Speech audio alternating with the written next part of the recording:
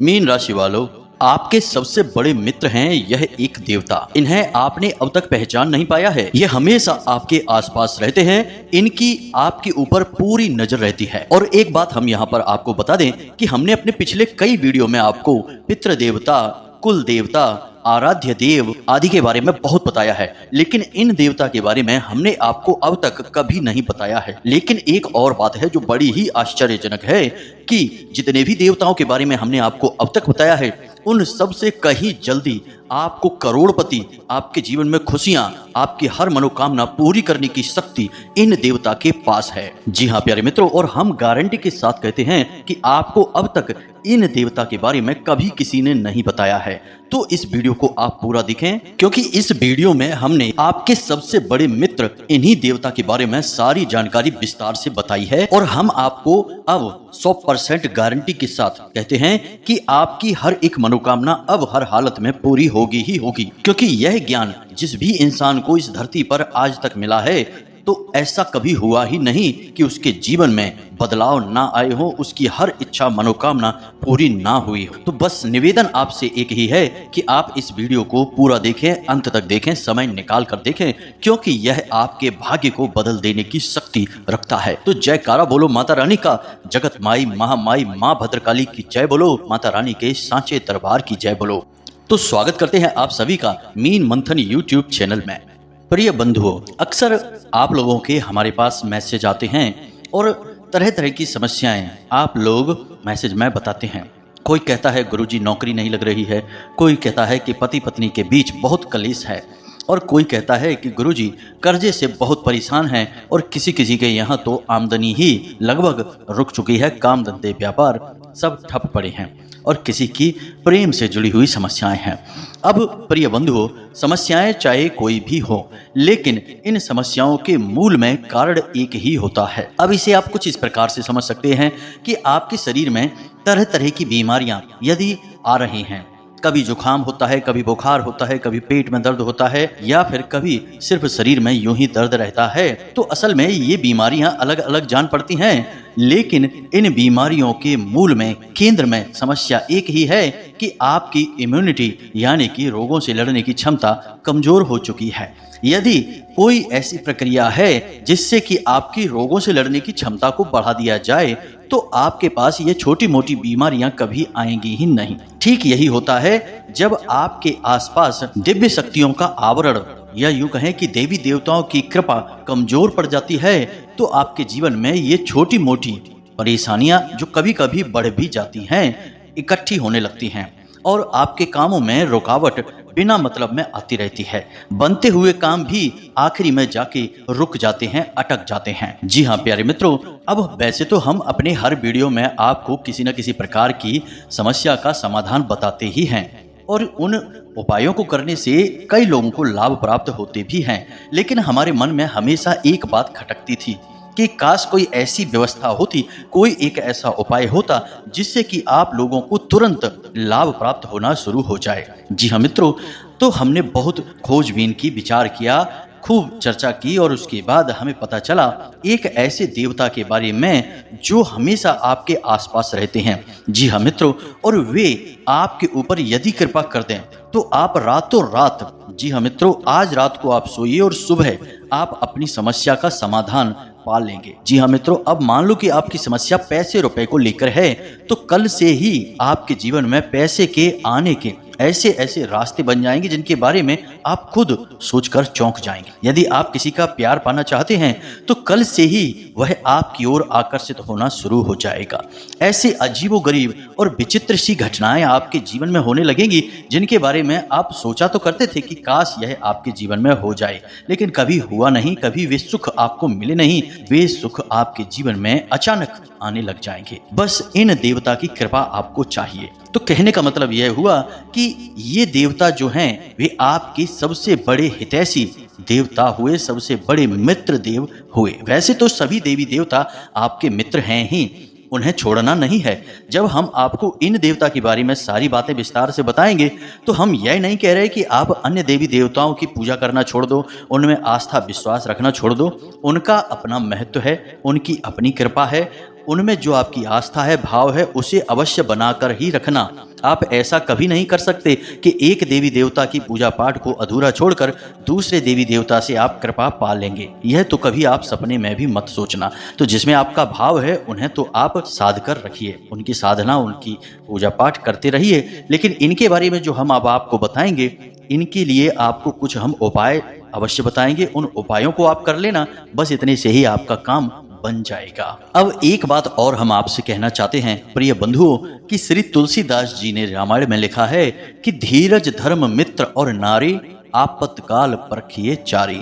यानी कि सबसे पहले आपके अंदर कितना धीरज है, कितना धैर्य है, इससे आपको परखना होगा। कहने का मतलब यह है कि जब इंसान का वक्त बुरा होता है तो उसका धीरज भी उसका साथ छोड़ देता है। वह धैर्य की जगह अधीर हो जाता है, हर जगह जल्दबाजी करने लगता है। तो वह जब ज्ञान की चर्चा होती है, जीवन को बदलने वाली बातें जहां हो रही होती हैं, वहां भी वह जल्दबाजी करने लगता है और जरूरी बातों को चूक जाता है।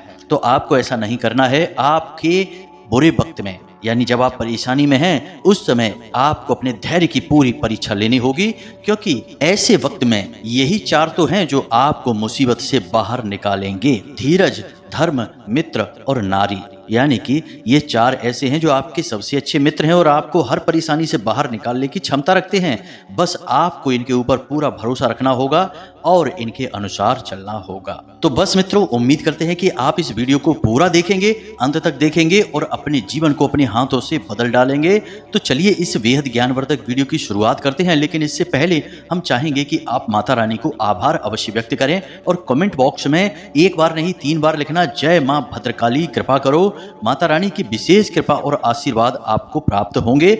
अगले 24 घंटे में आपको एक बहुत अच्छी खुशखबरी प्राप्त होगी, हमें पूरा विश्वास है। इसी के साथ साथ माता रानी के इस दास का आपसे एक छोटा सा निवेदन और है कि यदि आप इस चैनल पर पहली बार आए हैं तो आप हमारे इस चैनल को सब्सक्राइब करके बगल में जो घंटी का निशान है उसे भी अवश्य दबा दें। इससे आप हमारे इस चैनल परिवार के और माता रानी के दिव्य परिवार के सदस्य बन जाएंगे और आपके जीवन में शुभ घड़ियां अपने आप आकर्षित होने लगेंगी, क्योंकि आपके ऊपर माता रानी की कृपा और आशीर्वाद स्वयं ही आ जाएगा। तो चलिए जल्दी से चैनल को सब्सक्राइब करिए, फिर आगे बढ़ते हैं। प्रिय बंधुओं, इस वीडियो में जो बातें हम आपको बता रहे हैं, उन बातों को आप बिल्कुल भी हल्के में मत लेना, क्योंकि ये बातें कोई गुरु ही अपने शिष्य को जीवन बदलने के उद्देश्य से बता सकता है।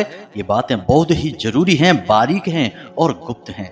आज के समय में लोगों ने धर्म को धंधा बना लिया है, इसलिए जरूरी बातें, जीवन को बदलने वाली बातें दूसरों को बताने के बदले में धन मांगने लगते हैं, व्यापार कर रहे हैं। लेकिन हम इसे माता रानी की सेवा समझकर करते हैं और आपको सब कुछ माता रानी के आदेश पर उपलब्ध कराते हैं। हमारे जीवन की व्यवस्था तो माता रानी स्वयं ही देख लेती हैं, हमें चिंता करने की कोई आवश्यकता नहीं है। अब यूं ही देखते देखते हमने एक दिन एक कमेंट देखा। एक हमारे बंधु हैं, वे हमसे कह रहे थे कि आप हमारे जीवन को बदलने वाले कौन होते हैं? हम तो अपने भगवान पर भरोसा करते हैं, वही हमारे जीवन को बदलेंगे। तो प्रिय बंधु, आपके लिए एक छोटी सी कहानी है हमारे पास। इसे सुनकर आपको निश्चित ही कुछ सीख अवश्य मिलेगी। तो एक बार की बात है कि एक छोटा बच्चा एक बार पानी में डूबने लगा। किसी वजह से पानी में पहुंचा और वह डूबने लगा। तो जब वह डूबने लगा तो उसके पास किनारे पर ही एक और बच्चा खड़ा हुआ था। तो अचानक डूबते हुए बच्चे के पास एक नाव आ गई। तो उस बच्चे ने कहा, जो किनारे पर खड़ा था, कि जल्दी से उस नाव में बैठ जाओ और अपनी जान बचा लो। तो वह बच्चा बोला कि मुझे किसी नाव की जरूरत नहीं है, मेरी प्राणों की रक्षा तो स्वयं भगवान करेंगे, क्योंकि मेरा उन पर पूरा भरोसा है। तो वह नाव चली गई। इसी प्रकार दूसरी नाव फिर से आई। तो वह किनारे पर खड़ा बच्चा चिल्लाया कि अरे मूर्ख, जल्दी से उस नाव पर बैठ जा, अपनी जान बचा ले। लेकिन उस बच्चे ने फिर से वही बात कही कि मैं भगवान की पूजा करता हूँ, मुझे भगवान पर पूरा भरोसा है, मेरी प्राणों की रक्षा तो भगवान करेंगे, मुझे किसी नाव वाव की आवश्यकता नहीं है। और वह नाव भी चली गई। कुछ देर बाद वह बच्चा डूबकर मर गया और भगवान के सामने पहुंचा। मरने के बाद जब वह भगवान के सामने पहुंचा तो बोला, भगवान, मैंने तो आपकी इतनी पूजा की, इतना विश्वास किया, और आपने तो मेरी जान बचाई ही नहीं। तो भगवान ने उससे कहा कि अरे मूर्ख, मैंने तेरे लिए 2 नाव भेजी तो थी, अगर तू किसी एक नाव पर चढ़ जाता तो तेरी जान बच जाती। अब इस कहानी से हमें क्या सीख मिलती है? भगवान कभी भी स्वयं प्रकट होकर तो आपकी रक्षा करने नहीं आएंगे। आपकी दुख तकलीफ परेशानियों से बाहर निकालने के लिए वे स्वयं चलकर आएंगे क्या? भगवान को आपने इतना हल्का और सस्ता समझ लिया है क्या? कि जरा सी पूजा पाठ से भगवान प्रसन्न हो जाएंगे। जब ध्रुव जैसे 6 महीने तक केवल एक पत्ता खाकर तपस्या किए तब भगवान श्री हरि विष्णु प्रसन्न हुए। तमाम ऋषि मुनि जीवन भर तप करते हैं, गुफाओं में बैठकर साधनाएं करते हैं, ध्यान करते हैं, तब कहीं जाकर भगवान उनसे प्रसन्न होते हैं और प्रकट होते हैं। और आप और हम क्या सोचते हैं कि केवल चालीसा पढ़ लेने से हनुमान जी हमसे प्रसन्न हो जाएंगे और हमारे सामने प्रकट हो जाएंगे, या फिर हमने थोड़े बहुत मंत्र जाप कर लिए तो भगवान या माता रानी हमारे सामने प्रकट हो जाएंगी? जी नहीं मित्रों, ऐसा नहीं होता है। हाँ, यह बात अवश्य है कि भगवान की कृपा अवश्य प्राप्त हो जाती है तो भगवान किसी न किसी को भेजते अवश्य हैं मदद करने के लिए, यही उनका तरीका है। यानी कि देखा जाए तो भगवान की भाषा सांकेतिक होती है। संकेतों के रूप में भगवान हमें बहुत सारी चीजें बता रहे होते हैं, और यदि हम मूर्खों की तरह बस अपनी बात पर अड़े रहेंगे तो हमें उस स्तर का हठ करना होगा जो प्रहलाद ने किया, जो ध्रुव ने किया, या फिर जो मीराबाई ने किया, तब तो भगवान प्रकट हो सकते हैं, अन्यथा बिल्कुल भी नहीं आएंगे। बस उनकी मदद आएगी और उसे आपको पहचानना जरूरी होगा। तो आप इसे भी, जो हम बातें आपको बताते हैं, सच्चे मन से आपकी मदद करने के भाव से बताते हैं, और दिन रात माता रानी से बस यही निवेदन करते हैं। अपने हर अनुष्ठान और पूजा पाठ में माता रानी से यही मांगते हैं कि हम जो भी उपाय, जो भी विधियां अपने दर्शकों को बता रहे हैं, उन उपायों से उन्हें 100% लाभ प्राप्त हो और आपकी विशेष कृपा और आशीर्वाद भी उन्हें प्राप्त हो। बस ऐसी ही हमारे ऊपर कृपा बनाइए, हमें ऐसा ही आशीर्वाद दीजिए। तो यह भी तो भगवान की आपको मदद करने का एक तरीका ही हुआ। तो अब इसमें आप यदि अपने अभिमान को बीच में लेकर आएंगे कि आप कौन होते हैं हमारे जीवन को बदलने वाले, तो जी नहीं, हम बिल्कुल भी कुछ भी नहीं हैं, तो शून्य हैं। हम आपके जीवन को नहीं बदल सकते हैं, उसे तो आप ही बदलेंगे। हम तो केवल इशारा आपको कर सकते हैं, मार्गदर्शन अकेला आपको दे सकते हैं, माता रानी की कृपा आप तक पहुंचा सकते हैं। बाकी सब करना तो आपको ही होगा। बात मान लेंगे तो जीवन बदल जाएगा, और नहीं मानेंगे तो कोई बात नहीं है, जैसा चल रहा है वैसा तो चलता ही रहेगा। जी हाँ प्रिय बंधुओं, तो चलिए माता रानी का नाम लेते हैं, और यदि हमसे कुछ ऊंच नीच या एक आध गलत शब्द मुख से निकल गए हों तो अज्ञानी समझकर क्षमा करें, परंतु हमारे भाव को अवश्य ही समझने की कोशिश करें। तो चलिए बंधुओं, अब आगे बढ़ते हैं। सबसे बड़ी बात कि ये कौन से देवता हैं जो आपके सबसे बड़े मित्र हैं और आपको अचानक से लाभ दिलाएंगे, अचानक से आपकी मनोकामनाएं पूरी करवाएंगे, और कैसे आपको इनकी कृपा, आशीर्वाद और लाभ प्राप्त होंगे। तो मित्रों, आपको जानकर थोड़ा सा आश्चर्य अवश्य होगा, लेकिन हम आपको ज्योतिषीय भाषा में बता रहे हैं कि एक कहावत है जो ज्योतिष में बहुत अधिक मशहूर है कि जिसे राहु मारे उसे कोई ना तारे, और जिसे राहु तारे उसे फिर कोई ना मारे। यानी कि जिसके पीछे राहु लग गया, जिसको बर्बाद करने के लिए राहु ने काम शुरू कर दिया, उससे दुनिया की कोई ताकत बचा नहीं सकती। और जिसे बढ़ाने के लिए, जिसकी उन्नति करवाने के लिए राहु यदि काम करना शुरू कर दें तो उससे दुनिया की कोई ताकत आगे बढ़ने से रोक नहीं सकती, उसे दुनिया की हर खुशी मिलेगी ही मिलेगी। अब राहु असल में वैसे तो राक्षस ग्रह हैं, लेकिन इन्हें देवताओं के समान ही पदवी अवश्य प्राप्त है, क्योंकि इन्होंने भी अमृत पिया था। तो आप इन्हें कई रूपों में देखेंगे, जानेंगे। कोई तो राहु को देखते ही डर जाता है, राहु का नाम आया और वो डर गए कि अरे ये क्या कह दिया आपने, और कोई राहु को देखकर प्रसन्न हो जाता है, क्योंकि जिसे राहु से लाभ प्राप्त हुआ उसके लिए राहु बहुत अच्छे हैं। लेकिन ज्योतिष की भाषा में यदि कहा जाए तो राहु सबसे ज्यादा चमत्कारी ग्रह हैं, और जीवन में जो चमत्कारी घटनाएं होती हैं, चमत्कारी बदलाव होते हैं, बोले कि छप्पड़ फाड़ के पैसा मिला, यानी कि रातों रात जीवन बदल गया, ये कहावतें राहु के लिए ही बिल्कुल फिट बैठती हैं। तो हम यहाँ पर जो बात करने वाले हैं वो राहु देव के बारे में ही बात करने वाले हैं। दुनिया में हर एक इंसान के या हर देवी देवता के दो पहलू होते हैं। जैसे कि माता भद्रकाली की ही बात की जाए तो जो माता काली हैं, रणचंडी हैं, वे तो बहुत क्रोधित और भयानक हैं। उनके तो दर्शन करने से ही इंसान अंदर तक कांप जाता है। उनका रुद्र स्वरूप इतना भयानक है कि भोले बाबा को उनके पैरों के नीचे लेटना पड़ा उनके क्रोध को शांत करने के लिए। लेकिन वहीं पर जब माता शांत हो जाती हैं तो वे भद्रकाली बन जाती हैं, मनोकामनाओं को पूर्ति करने वाली होती हैं, सृजन की देवी बनती हैं, और वे इतनी शांत और इतनी मनमोहक हैं कि उनके रूप को देखते रहने की इच्छा होती रहती है। उनके दर्शन से मन पवित्र हो जाता है, कोई भय नहीं होता बल्कि प्रेम जागृत होता है। तो किसी भी दिव्य शक्ति को हम किस भाव से मानते हैं, इस पर निर्भर करता है कि वह दिव्य शक्ति आपके साथ किस तरह का व्यवहार करेगी। जी हाँ मित्रों, यह कटु सत्य है हमारे शास्त्रों का, लेकिन लोग इसे जानते नहीं हैं। लेकिन हर दिव्य शक्ति में सृजन की यानी निर्माण की शक्ति है तो विनाश की भी शक्ति है। इसी प्रकार राहु को अगर हम देखें तो ये जहां विनाश को जीवन में ला सकते हैं, वहीं जबरदस्त विकास और तरक्की को भी जीवन में ला सकते हैं। तो हम इन्हें सकारात्मक रूप में देखेंगे तो हमारे जीवन में बड़े ही चमत्कारी बदलाव होने लगेंगे। तो अब बात करते हैं कि आपको इनका लाभ कैसे प्राप्त होगा। और कहीं ऐसा तो नहीं कि इन्हीं की बुरी नजर आपके ऊपर लगी हुई हो और आप समझ रहे हैं कि आपका शनि खराब है या पितर आपके नाराज हैं या फिर किसी अन्य प्रकार की दैवी शक्ति आपके पीछे पड़ी हुई है। लेकिन असल में राहु की दृष्टि आपके ऊपर पड़ी हुई है जो कि आपको परेशान कर रही है। तो प्यारे मित्रों, छोटी छोटी सी बातें हैं, इन्हें आप ध्यान से समझिए। कहीं ऐसा तो नहीं कि आपके घर की छत पर किसी प्रकार का कबाड़ यानी कि टूटा फूटा सामान पड़ा हुआ है। वह राहु का स्थान है, उसे आपको साफ सुथरा रखना है। वहां पर हरे भरे पेड़ पौधे आपको लगाने हैं, इससे आपका राहु सकारात्मक हो जाता है और राहु देवता की विशेष कृपा आपको प्राप्त होती है। इसी प्रकार आपके घर के मुख्य दरवाजे के ठीक सामने यदि किसी प्रकार की गंदगी है, कोई बहुत भारी सामान है या फिर घर के मुख्य दरवाजे के ठीक सामने कोई बड़ा वाहन खड़ा रहता है तो इससे भी आपका राहु खराब हो जाता है। इसी प्रकार प्रिय मित्रों, यदि आपको अजीब सी बेचैनी रहती है, बहुत ज्यादा क्रोध आता है, रात को अच्छी नींद नहीं आती है और मन में तरह तरह के ख्याल हमेशा बने ही रहते हैं, यानी ओवर थिंकिंग होती है और सोच विचार के चक्कर में आपके काम बिछड़ जाते हैं, तो ये सब आपके राहु खराब होने के संकेत हैं।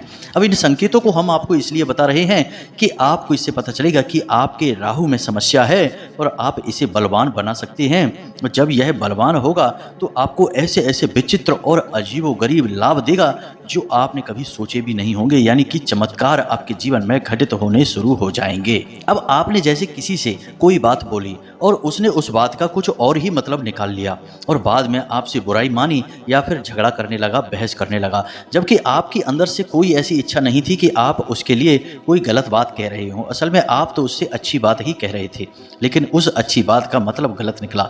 यह राहु के खराब की सबसे बड़ी पहचान है। अब इसी प्रकार राहु खराब है, इस बात का सबसे बड़ा प्रमाण आपके रिश्तों में देखा जा सकता है, यानी कि राहु को ससुराल का कारक माना जाता है। अब चाहे आप स्त्री हैं या पुरुष हैं, यदि आपके रिश्ते आपकी ससुराल में अच्छे नहीं चल रहे हैं, अब आप जानबूझकर किसी के साथ कोई गलत कार्य नहीं करते हैं, आप सामान्य हैं, सबके साथ अच्छा करना चाहते हैं, लेकिन सब कुछ करने के बाद भी यदि आपकी ससुराल में आपकी स्थिति अच्छी नहीं है, झगड़े होते हैं या मनमुटाव रहता है, तो यह आपके खराब राहु की सबसे बड़ी पहचान है। जी हाँ मित्रों, अभी यहाँ पर सबसे बड़ी बात यह है कि राहु की जो इष्ट देवी हैं वे माता सरस्वती हैं, और जब राहु आपका खराब होगा तो आपकी बातों के मतलब गलत निकलेंगे। आपके द्वारा बोली गई बातों को लोग कुछ का कुछ बनाकर पेश करेंगे और बातों का बतंगड़ हो जाएगा, यानी कि सारी के सारी जीवन में फसाद और परेशानियां जो हैं वे आपके बोलने से ही प्रारंभ होंगी। और एक समय ऐसा आएगा कि जब रिश्ते नातों को शांत रखने के लिए आपको खुद को शांत होना पड़ेगा,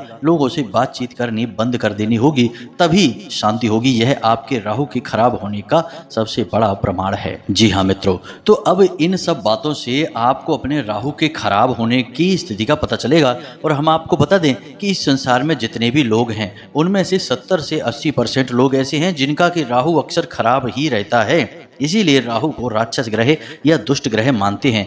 अब ऐसा नहीं है कि राहु आपको जानबूझकर पीड़ित कर रहे हैं, परेशान कर रहे हैं। राहु आपसे कुछ विशेष चीजें हैं जिनकी मांग करते हैं। यदि आप उन जरूरतों को पूरी कर देते हैं तो राहु आपके जीवन में खुशियां ही खुशियां भर देते हैं, देव तुल्य आपके लिए कार्य करने लगते हैं। जी हाँ मित्रों, अब वे जरूरी चीजें क्या हैं, इन्हें आप ध्यान से समझिए। सबसे पहला कार्य कि राहु आपसे यह चाहते हैं कि आप अपने घर के बड़े बुजुर्गों का सम्मान करें, उनकी सेवा करें और उनके साथ समय बिताएं। जी हाँ मित्रों, यदि आप यह कार्य करते हैं तो इससे राहु आपके प्रसन्न हो जाते हैं।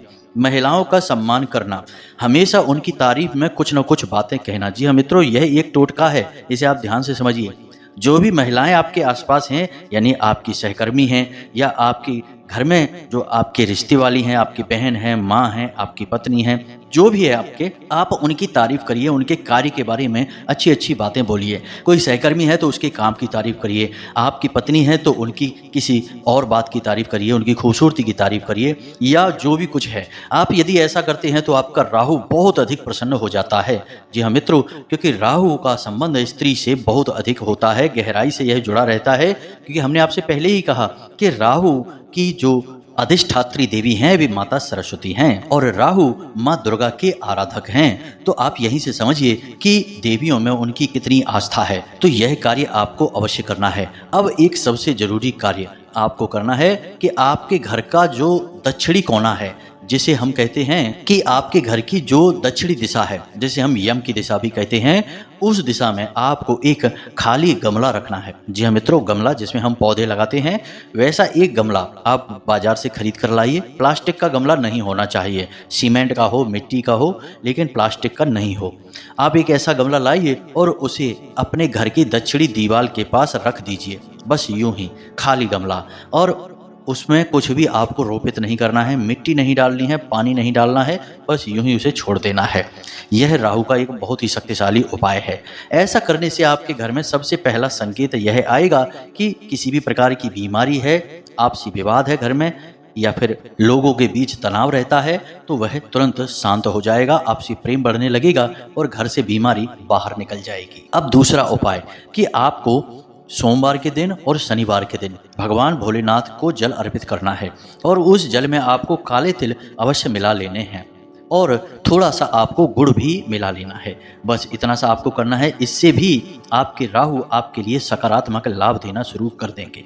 अब सबसे बड़ा उपाय, इसे आप ध्यान से सुनिए। हमने आपको लौंग के बारे में तो कई बार पहले भी बताया है। अब हम आपको लौंग से ही जुड़ा राहु का एक बहुत ही शक्तिशाली उपाय बता देते हैं।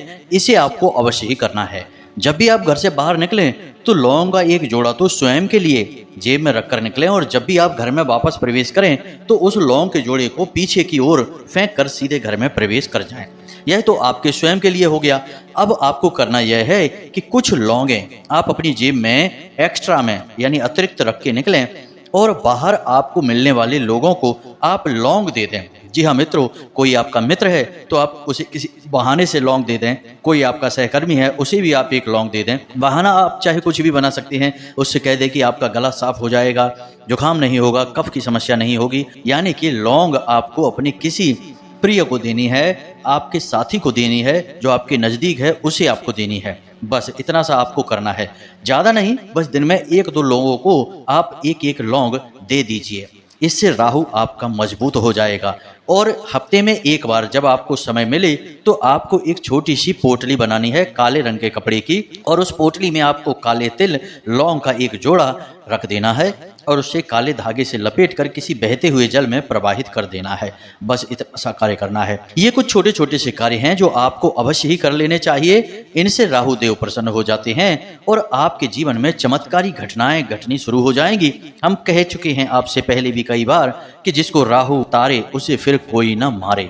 यानी कि राहु जब आपके लिए पॉजिटिव हो जाएंगे तो आपके जीवन में ऐसी ऐसी बातें होंगी जिनके बारे में आप खुद चौंक जाएंगे। और यह महीनों या वर्षों में नहीं, दिनों में होगा। आपके देखते देखते आपका जीवन बदलेगा। अब कुछ छोटी छोटी सी बातें हैं, इन्हें भी आप ध्यान से समझिए। इनका भी संबंध राहु से होता है। जैसे कि आप मंदिर जाते हैं तो जाते समय तो आप घंटी बजाते ही हैं। यदि आप मंदिर से लौट कर आ रहे हैं और उस समय भी आपने घंटी बजा दी तो इससे देवी देवताओं की तो कृपा रुष्ट हो ही जाती है। आपका राहु भी आपके लिए नकारात्मक हो जाता है। अब याद रखें कि देवी देवताओं से ही राहु देव भी जुड़े हुए हैं, क्योंकि वे देवता से कम नहीं हैं, उन्होंने भी अमृत पिया था। इसी प्रकार यदि आप अपने एक पैर पर दूसरे पैर को रगड़ते हैं, रखकर बैठते हैं, कोई दिक्कत नहीं है, लेकिन यदि आप रगड़ते हैं तो इससे भी राहु नाराज हो जाते हैं और जीवन में गरीबी आती है। ठीक इसी प्रकार जो लोग तेज आवाज में बात करते हैं, एक दूसरे की बुराइयां करते हैं, पीठ के पीछे किसी का मजाक उड़ाते हैं, इससे भी राहु नाराज हो जाते हैं।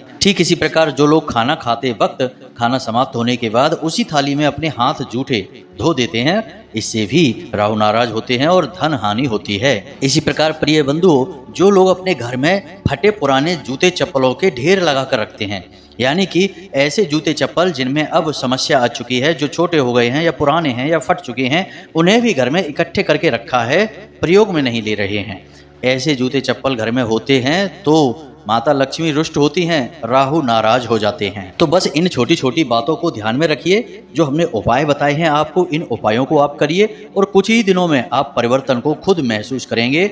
आप हमें कमेंट करके बताएंगे कि गुरुजी आपने ये उपाय जो बताए हैं इनसे हमारा जीवन बदल गया। हमें पूरा विश्वास है। तो अब यदि कोई प्रश्न आपके मन में उठता है तो आप कमेंट करके पूछें या फिर डिस्क्रिप्शन में दिए गए व्हाट्सएप नंबर पर मैसेज करके सीधे आप पूछ सकते हैं। धाम से जुड़ सकते हैं, माता रानी की कृपा और आशीर्वाद प्राप्त कर सकते हैं। तो इसी के साथ साथ आज के इस वीडियो को विराम देते हैं। हमेशा हंसते रहिए, मुस्कुराते रहिए, सकारात्मक रहिए। याद रखना माता रानी की आपके ऊपर पूर्ण कृपा और आशीर्वाद आ चुके हैं, क्योंकि आप माता रानी के दिव्य परिवार के सदस्य बन चुके हैं। तो प्रेम से बोलिए जय माई की, जय माता रानी। माता रानी आपका कल्याण करेंगी। धन्यवाद।